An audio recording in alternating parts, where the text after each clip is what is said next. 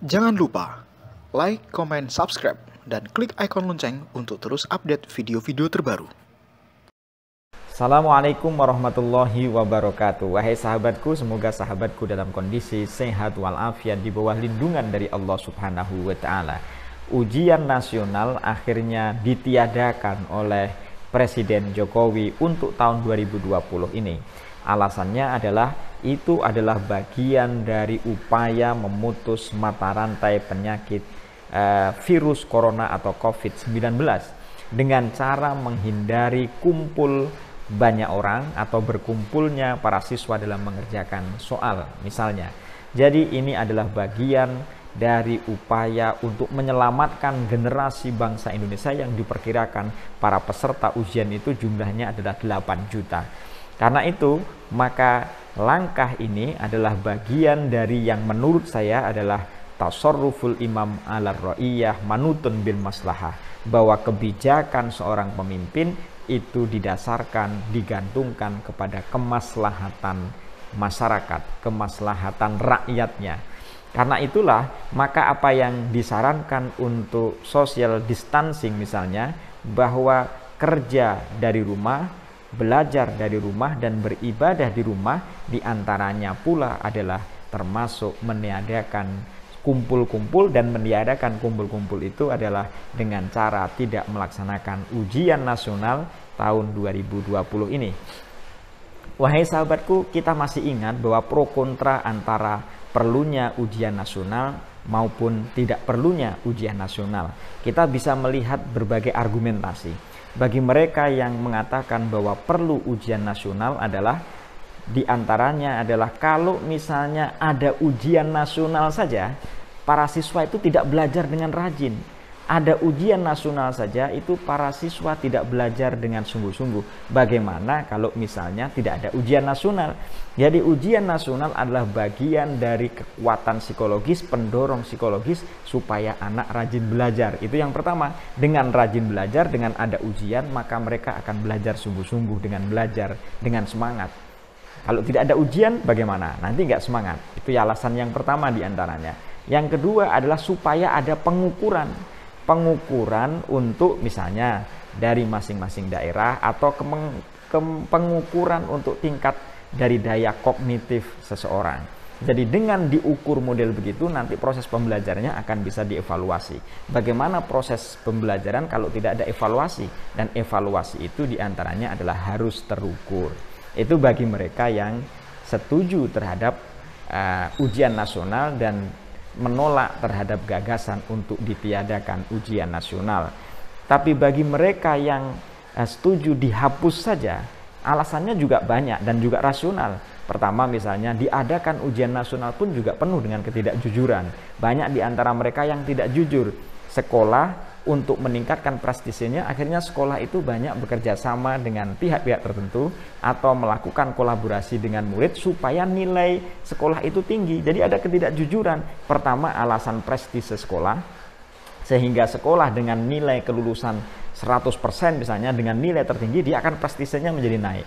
Nah, untuk mempertahankan prestise ini kadangkala, wahai sahabatku, lagi-lagi kadangkala ada sebagian sekolah yang memang berusaha dengan cara apapun supaya prestasinya menjadi naik dalam ujian nasional itu, supaya dia bisa menerima murid. Jadi untuk mempertahankan statusnya. Tapi untuk mempertahankan statusnya ini dengan cara-cara yang ketidakjujuran tadi itu. Yang kedua adalah kenapa mereka setuju?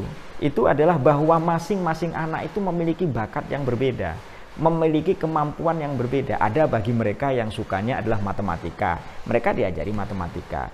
Ada di antara mereka yang senangnya adalah sains. Ada yang mereka senangnya adalah bidang seni. Ada yang mereka, para siswa itu senangnya adalah di bidang olahraga. Ada yang bidang keagamaan. Karena itu ketika dikasih soal yang sifatnya adalah matematika, mereka nggak bisa. Atau yang sukanya adalah matematika, ketika disuruh di wilayah seni, mereka nggak bisa. Jadi kemampuan orang itu beda-beda.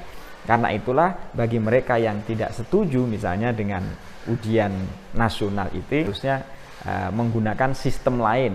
Yang sistem lain itu bisa melihat terhadap kemampuan, bakat, dan minatnya. Dengan kemampuan, bakat, dan minatnya ini mereka akan semangat belajarnya. Jadi sekolah adalah bagian dari untuk menuju kesuksesan mereka, dan sekolah mencari minat dan bakat mereka masing-masing.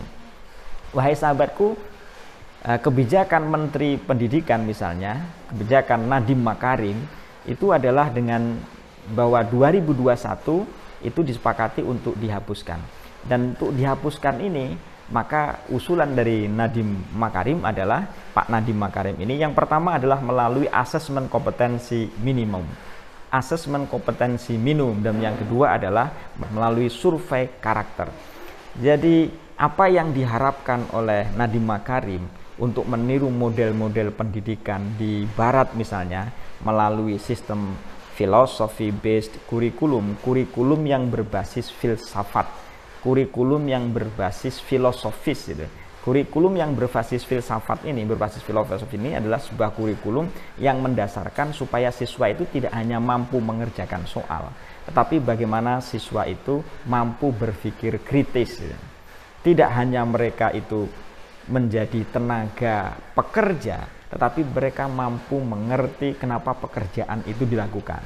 Itu artinya mampu berpikir kritis dan bukan hanya mampu mengerjakan soal saja. Jadi kritisisme yang dibangun philosophy based kurikulum, dan itulah yang disebut dengan peningkatan literasi.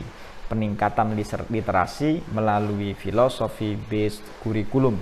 Jadi kurikulum yang berbasis filsafat, berpikir kritis. Lalu yang kedua menurut Nadiem adalah dengan cara revolusi mental dan karakter, pembangunan karakter. Jadi memang yang banyak menjadi kritik bagi kita sesungguhnya adalah kenapa pendidikan semakin tinggi tetapi bahwa korupsi masih jalan. Itu disebabkan karena karakternya tidak mancep di dalam jiwa. Jadi sebenarnya persoalan pendidikan itu adalah kenapa pendidikan yang holistik, yang memayungi antara domain kognitif, domain afektif, domain psikomotorik itu kok tidak jalan gitu. Kemampuan seseorang dalam menghitung matematika kenapa digunakan untuk misalnya memanipulasi. Kemudian kemampuan mereka mengerti banyak hal, teori-teori dan konsep, tetapi tidak mengejuantah dalam kehidupan. Mereka tahu bahwa gotong royong itu bagus, tetapi kenapa mereka tidak mau gotong royong? Mereka tahu bahwa menyantuni anak yatim itu bagus, tetapi kenapa mereka tidak mau praktek langsung untuk menyantuni anak yatim?